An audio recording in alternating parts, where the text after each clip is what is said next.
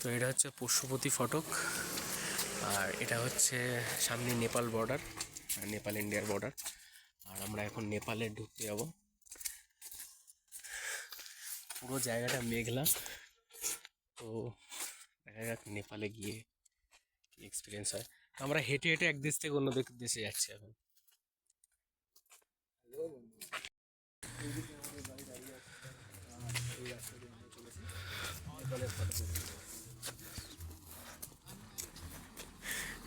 Side side side দে side দে পুকুদা।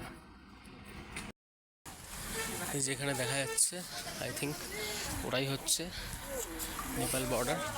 হ্যাঁ, welcome to Nepal. তো এখানে আমি সেকেন্ড বারের জন্য আসছি এখন।